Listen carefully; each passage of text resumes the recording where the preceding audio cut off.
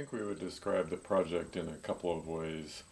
One is that the funding agency is very interested in managing and decreasing the amount of sediment and nutrient which goes into the whole Chesapeake Bay area. So that's one of the overarching goals that we have.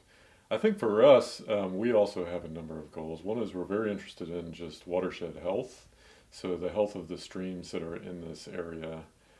We want to do that in a way which is kind of congruent with the livelihoods of the people that are around there. So part of our goal is to say, okay, how can we help the streams? How can we improve the habitat? But at the same time, doing that in a way that will help the people that are there. And then we're very interested in this as part of the mission of EMU also. So providing opportunities for students to get out and experience the local culture, the local environment, and to learn to do some of the skills, do some of the things which are in this kind of whole field of stream restoration and working with agriculture and local watersheds. I think there's three areas to the project. One is to actually do stream restoration work on at least a couple sites in these first year or two, and the goals there are to reduce sedimentation and nutrient runoff into the streams. So we're working in the German River and Crab Run watersheds, and these are the headwaters of the North Fork of the Shenandoah River, which joins the South Fork to the Shenandoah River, to the Potomac, and then out into the Chesapeake Bay. So one of the overarching goals is to reduce sediment and nutrient runoff into the bay. And so there will be the actual restoration work, and along with that is encouraging adoption of best management practices by landowners and farmers there that can also decrease sedimentation. And then we'll also be doing monitoring, and hopefully this will be a long-term project. Doug and I are Doug, how deep do you here get? to 5, 10, 15 years of following these restoration projects, continuing to do monitoring. And then the final goal is to work with the community and study a little bit about one, what their goals for this restoration project like this would be. What is their relationship with the water? What are their attitudes towards the stream, towards water quality, and also their attitudes and towards adopting best management practices. And so that'll be something that we hope we can learn, information that can be passed on to other communities and other people trying to encourage this type of work. People up and down the river here are very, very interested in having river restoration take place because it impacts on the store's business up here. It impacts on people who are doing poultry raising and people who don't want to have their property washed away in the river. I mean, it makes sense to me somehow or other through the water collections and the people at EMU who have become interested in doing water collections in river study, that it's kind of evolved into a larger project, and I'm only too delighted for it. I'm glad to see it. So there's 5 partners as part of the project. So Eastern Mennonite University obviously is one with Doug Graber-Neufeld and I, Jim Yoder, as in the biology department. And we'll be conducting the water quality monitoring as well as some ecological and biological monitoring. And then another partner at EMU is the Center for Justice and Peace Building, and they'll be doing social research, working with the community. We also have Ecosystem Services and Brian Wagner. He is the stream restoration kind of expert. He'll actually be doing the stream design and actual restoration work, working with contractors. And then we have the Shenandoah Valley Soil and Water Conservation District, who are providing expertise and some funding to landowners and farmers there to do things like livestock exclusion and nutrient management planning and other best management practices.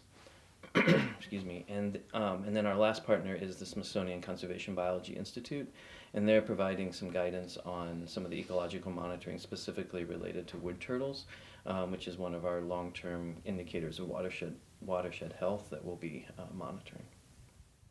What you're doing is allowing a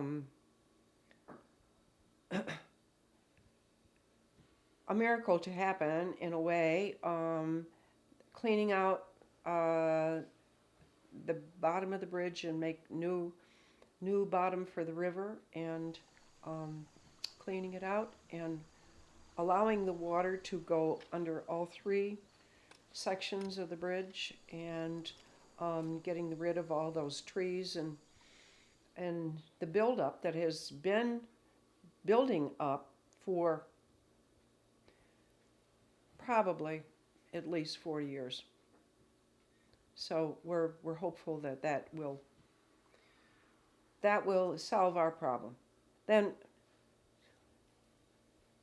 40 years from now, it would be somebody else's problem.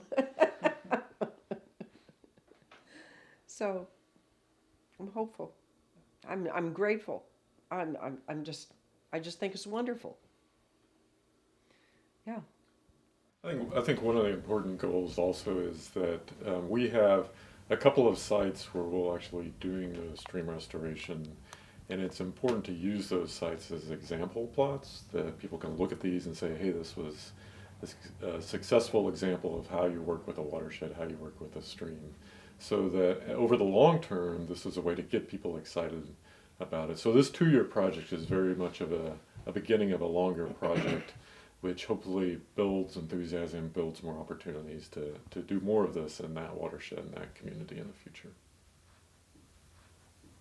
I'll just say one other goal that we want to be sure to mention is just how great it is to have our students for our environmental science tracked within the environmental sustainability major, for our students to get out there and do this hands-on work in a real project, work with professionals in the restoration field, and gain a lot of great experience. I would say one other unique aspect is the way we're approaching the social component. There's a lot of interest among people that work in the Bay, soil and water conservation districts, nonprofits, EPA, and of encouraging these adoptions of these best management practices. And there's a lot of attention to that, but they're not collecting data, the social research that we are putting into this, that CJP is putting into this, and they're bringing a lot of expertise. And I think that we'll be able to get some, rather than just anecdotal information and thoughts about what works and what doesn't among certain groups of people. They're actually approaching this from an objective way of collecting good quantitative data on how you can reach people in a community like this. It's been a very cooperative, happy circumstance. We've enjoyed all kinds of meetings around this kitchen table, and the water sampling. I'm all into that, and the samples of the various little creatures and things that are in the river. We've had the opportunity to go out and do a lot of different things when we're out there. I really enjoy just, frankly, getting out of the office with students and getting out into the field, interacting with the folks that are out in the community. I look forward to those days, even when they're on the weekends, when we can go out there and just spend the day being in the river, looking at things, looking at the habitats, and then interacting with the local community members. So that's been very enjoyable for me. Well, I've enjoyed the professors and the guys that come and the people who are in charge of things. They are very caring and responsible adults, and I've enjoyed having the kids come.